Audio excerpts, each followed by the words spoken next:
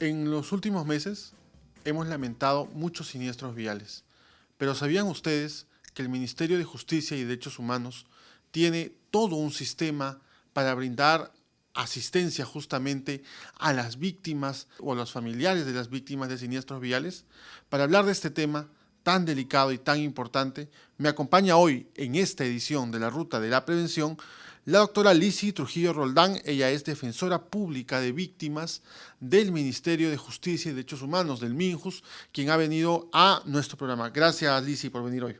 Muchísimas gracias por la oportunidad brindada y en efecto espero el día de hoy poder aclarar determinados temas respecto a este tema que es bastante importante. Para poner en contexto, permíteme hacerte una pregunta introductoria. El Ministerio de Justicia ha promulgado una normativa, entiendo, en la que se incluye a las empresas de transporte como terceros civilmente responsables cuando hay este caso de siniestros viales. Sí, no obstante esto, también es importante recordar que no necesariamente el Ministerio de Justicia es quien emite la normativa, ok. ¿no? Pero sí tenemos diversa normativa que incluye a las empresas de transporte público como terceros civiles responsables, y esto se ha desarrollado ampliamente en diversas sentencias que ha emitido incluso la Corte Suprema. ¿Y qué significa esto? ¿Podemos ponerlo en cristiano? ¿Podemos aterrizar este concepto, por favor? Claro, ¿te refieres a qué significa ser un tercero civil Sí. responsable? Bien, para comenzar es importante mencionar que un proceso penal no solamente acarrea consecuencias penales, me refiero a una pena, sino además una responsabilidad civil, que puede ser, que es básicamente una responsabilidad civil extracontractual porque no ha habido un contrato de por medio, ¿no? Cuando desarrollamos este tipo de tema, mencionamos también que el autor del delito es en efecto quien ha causado el daño, pero además de pagar con una pena, también debería de pagar o de alguna manera resarcir el daño que ha ocasionado a través de un monto de dinero. Sin embargo, no es el único llamado a reparar este daño a través de una reparación civil, sino además aquellos que están obligados, como por ejemplo, en el caso específico de los accidentes de tránsito, los propietarios del bien mueble, en este caso del carro, o quizá la empresa a la cual prestaba servicio el autor del delito, ¿no? Y en ese sentido, esta corresponsabilidad que tienen las empresas de transporte se va a traducir, además de esta suerte de indemnización hacia las víctimas, también a los familiares que pudieran quedar. Sí, y dependiendo. Aquí me gustaría explicarte una cosa, y es que las víctimas de los accidentes de tránsito muchas veces quedan con lesiones leves, con lesiones graves, finalmente algunos quedan paralíticos o en el peor de los casos pues resultan muertos. En ese sentido, únicamente los herederos forzosos son los que reciben la reparación civil cuando la víctima lamentablemente ha quedado, finalmente ha fallecido, ¿no? Sí. Entonces, cuando no ha fallecido, quien es directamente agraviado es la víctima, ¿no? Entonces, si ha quedado con alguna secuela, evidentemente la reparación civil se tiene que solicitar para él, pero si ya no lo tenemos, la reparación civil evidentemente también va a ser destinada a sus familiares. A sus derechohabientes, ¿no? Sí, me parece sensato. Pero, a ver, esta explicación que usted nos da se tiene que traducir, entendería yo, en una demanda, ¿no? Y no siempre las personas que son víctimas de siniestros viales o herederos tienen quizá los recursos económicos para contratar un abogado o quizá el conocimiento de la normativa para saber los derechos que le facultan. ¿Existe algún mecanismo, doctora, en el que se pueda pues, hacer este respaldo, esta asesoría a los familiares, a las víctimas? Sí, y me parece una pregunta excelente, más bien agradezco la pregunta, porque aquí me gustaría dirigirme al público que nos está escuchando. En tanto, es importante que ellos conozcan que el Ministerio de Justicia, a través de la Defensa Pública, que es su servicio emblema, brinda asistencia jurídica completamente gratuita a no solamente los agraviados de un delito, sino además a los a los familiares de estos, ¿no? Como ya lo mencioné, el Servicio de Defensa Pública es un servicio completamente gratuito Para eso estamos destinados los abogados de víctimas. Los abogados de víctimas tenemos una participación en el proceso como tal. Podemos estar desde la denuncia hasta lograr una sentencia condenatoria o bueno, hasta que finalmente la parte así lo considere. Así que la defensa pública no solamente nos puede estar dentro de cada región, tenemos muchos locales de manera presencial, sino también nos podrían contactar a través de la línea de orientación legal gratuita Fono Alegra, que es el 1884. Pueden realizarlo a través de cualquier operador móvil, finalmente van a ser derivados a una central y la central derivará el caso a la jurisdicción que compete. El abogado tiene un plazo de 48 horas para poder comunicarse con la persona que está requiriendo nuestro servicio, en este caso los familiares de la agraviada o del agraviado de un accidente de tránsito o el agraviado como tal, ¿no? Y nosotros pues podremos explicarle en qué etapa del proceso está, y cuál es nuestra pretensión como tal. Pero sí es muy importante que tengan un contacto con nosotros porque como tú bien lo has mencionado, ellos muchas veces no conocen la normativa o no conocen los derechos que podrían reclamar, como sí lo conocemos nosotros. Entonces, para eso estamos destinados. Nuestra misión primordial es conseguir una reparación civil acorde al daño que se ha causado. Doctora, y esta asistencia legal, entiendo que brinda el Ministerio de Justicia y Derechos Humanos a las víctimas, ¿cómo puedo hacer para conocer los procedimientos? ¿A dónde puedo escribir? Ya nos decía usted que estaba la línea 1810, ¿verdad? 1884 a la que pueden llamar, pero de verdad me gustaría que nos explique bien cómo acceder. Bien, a nivel nacional tenemos 34 direcciones distritales de defensa pública. En el caso de Lima Centro, que es donde nos ubicamos, nuestra dirección es Girón Carabaya 831, cuarto piso, oficina 401, la referencia es la Plaza San Martín. Ahí estamos un promedio de 33 abogados de defensa de víctimas. Cada día hay un turno de 6 personas que estamos dispuestos a brindarles la orientación que corresponda. Sin embargo, si no pueden acudir de manera presencial, pueden hacerlo también a través de la línea 1884, que es la línea de orientación legal gratuita Fono Alegra. Es una llamada completamente gratuita a través de cualquier operador móvil. Y ahí pues será la vía de comunicación de nosotros los defensores públicos para que podamos brindarles la orientación que corresponda. Finalmente sí me gustaría hacer un llamado también a la población a que puedan acudir a los centros Mega Alegras y Alegras para que puedan obtener finalmente este servicio, ¿no? Y ya hay un caso, ¿han tratado casos de siniestros viales, doctora? Es nuestro día a día. Siempre trabajamos con víctimas de accidentes de tránsito. Asimismo atendemos casos de violencia, casos de negligencia médica, ¿no? Pero sí, es nuestro día a día atender este tipo de situaciones. En el 2023 la policía nos informó en su reporte que hubieron más de 70.000 siniestros viales. De verdad que es un mal endémico en el Perú y que requiere que todos los ciudadanos pues también cultivemos un poco la seguridad vial, que trabajemos en prevenir justamente, porque desgraciadamente lamentamos siempre, lloramos siempre la pérdida de peruanos que significan vidas humanas, ¿no? que perdemos.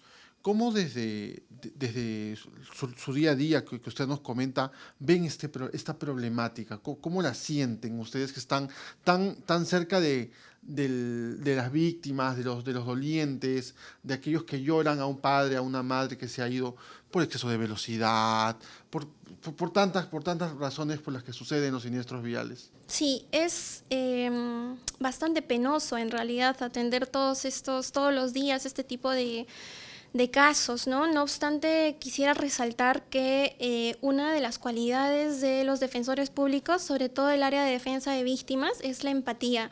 Nosotros somos conscientes de que las personas con las que tratamos ya han sido víctimas de algún tipo de delito o de algún delito. Lo que menos necesitan, creo, es una respuesta dura por parte de nosotros, ¿no?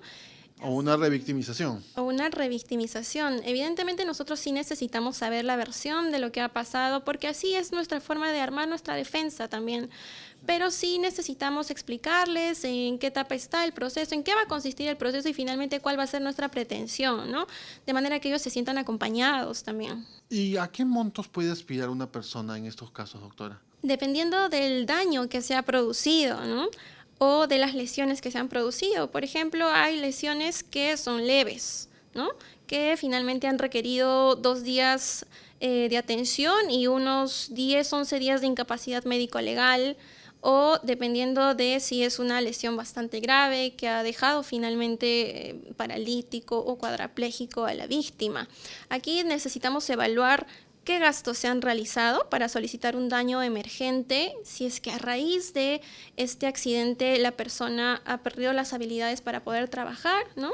Así se habría perdido, por ejemplo, la oportunidad de trabajar. Entonces hay que hacer un cálculo dependiendo de las circunstancias del caso en particular, en verdad. Ok. No es una cifra antojadiza que yo pueda decir, tienes 10 días de incapacidad médico-legal, solicito tanto. Entonces yo tengo que sustentarlo como abogado, tengo que exponer ante un juez cuánto quiero y por qué es que lo quiero. Ok, ¿y cuánto es lo que demora en promedio, doctora, en entregarse esta reparación desde el suceso, ¿no? Desde el siniestro? Aquí también quisiera recordar que no es la única forma De calcular, entiendo. Claro, pero a lo que me refería era que no es una forma nada más de poder solicitar la reparación civil y cobrarla, ¿no? A través de una sentencia condenatoria, a eso me refiero, no es la única vía. Ok. Porque por lo menos en lo que tenga que ver con accidentes de tránsito que tienen que ver con lesiones culposas, incluso se pueden aplicar otro tipo de mecanismos de simplificación procesal. ¿A qué me refiero? A que no necesitamos llegar a etapas más avanzadas del proceso, sino que, por ejemplo, en sede fiscal se podría aplicar el principio de oportunidad, donde el investigado, en este caso, tendría que aceptar la responsabilidad y además cubrir el pago de la reparación civil o de los gastos que hasta el momento se han causado. Ahí básicamente acabaría el proceso, pero con la condición de que finalmente pues se pague el monto de una reparación civil. O si llegamos a las siguientes etapas procesales, igual otro mecanismo de simplificación procesal y también obtener el pago de una reparación civil antes incluso de que se emita una sentencia condenatoria en un futuro, ¿no? Y en ese sentido, la mayoría de casos que ustedes siguen llegan a instancias finales o suelen procurar detenerlos en el primer escalón. En realidad eso no depende mucho de nosotros, depende más de la otra parte y de lo conscientes que son de querer aceptar la responsabilidad, ¿no? De lo que han cometido finalmente. Depende mucho también del daño que se ha producido, porque pueda que nuestra pretensión como parte agraviada sea unos 50.000 soles, unos 60.000 soles y la otra parte no esté de acuerdo. Entonces, si no está de acuerdo, no vamos a poder llegar a un consenso y el caso se tendrá que judicializar y finalmente será un juez quien imponga la reparación civil acorde al daño causado, ¿no? Entonces, nosotros como parte agraviada siempre vamos a querer arribar a un acuerdo, sobre todo porque de manera urgente se tienen que remediar ciertos daños que se han producido, ¿no? Quizá una operación urgente o las curaciones, etcétera. Y hasta esperar una sentencia condenatoria va a pasar un tiempo prudencial, ¿no? Recordemos que un proceso penal no dura, pues, 1 mes, 2 meses. Entonces, siempre vamos a procurar arribar a una suerte de... no quisiera llamarle arreglo, pero a una suerte de acuerdo, ¿sí? A una suerte de acuerdo entre las partes a fin de que puedan cubrir la reparación civil que se solicita. Porque a veces el dinero se necesita de forma urgente, ¿no? Es eso totalmente cierto lo que usted nos dice. Doctora, voy a ponerle un caso. Le hablaba hace poco de los siniestros viales. Una de las causas de los siniestros viales, desgraciadamente, es que todavía hay conductores que manejan en estado de ebriedad. ¿Qué pasa? ¿Cómo se maneja este tipo de casos? Cuando el que genere el accidente es un conductor que iba en estado de ebriedad. Sí, y aquí habría que hacer un llamado, evidentemente, a aquellas personas que tienen a su cargo el manejo de, sea de un bus, sea de un automóvil o finalmente de cargas pesadas, ¿no? El hecho de que la persona al momento de la intervención tenga cierto grado de alcohol en la sangre, por supuesto que lo convierte en un agravante, ¿no?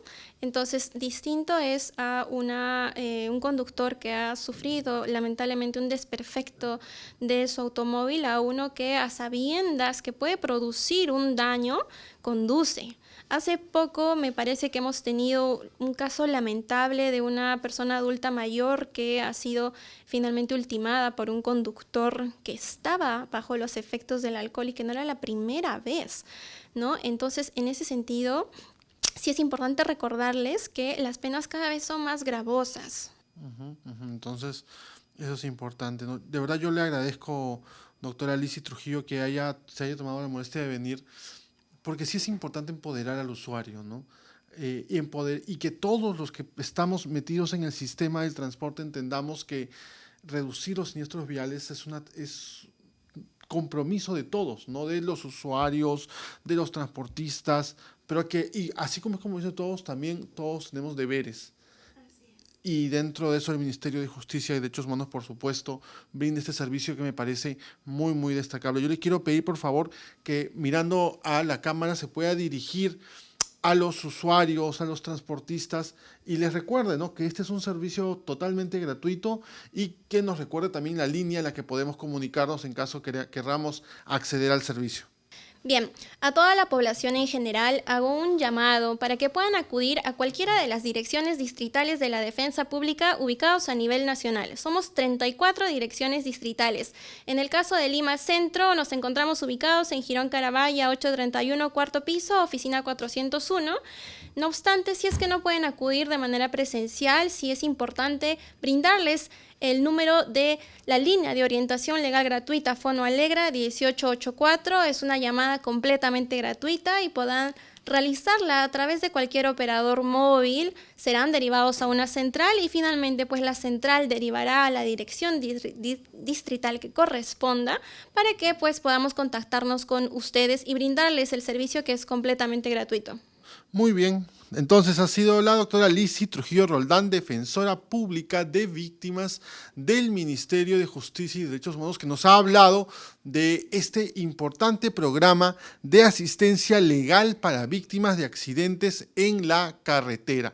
Yo me despido, no sin antes recordarles que para no tener que llegar a solicitar esta asistencia legal, tenemos que procurar que no existan siniestros viales. Y para eso, usuarios, transportistas y toda la sociedad civil nos debemos comprometer en no exceder los límites de velocidad, en no manejar si hemos consumido alguna bebida alcohólica, en usar transporte autorizado, en acudir a terminales autorizados, y las entidades estatales como el Ministerio de Justicia, como la SUTRAN, estamos siempre comprometidos en salvaguardar la vida y la integridad de todos los peruanos y peruanas. Yo me despido y nos encontramos, Dios mediante, el próximo viernes por las redes sociales de la Agencia Andina y de la SUTRAN. Hasta luego.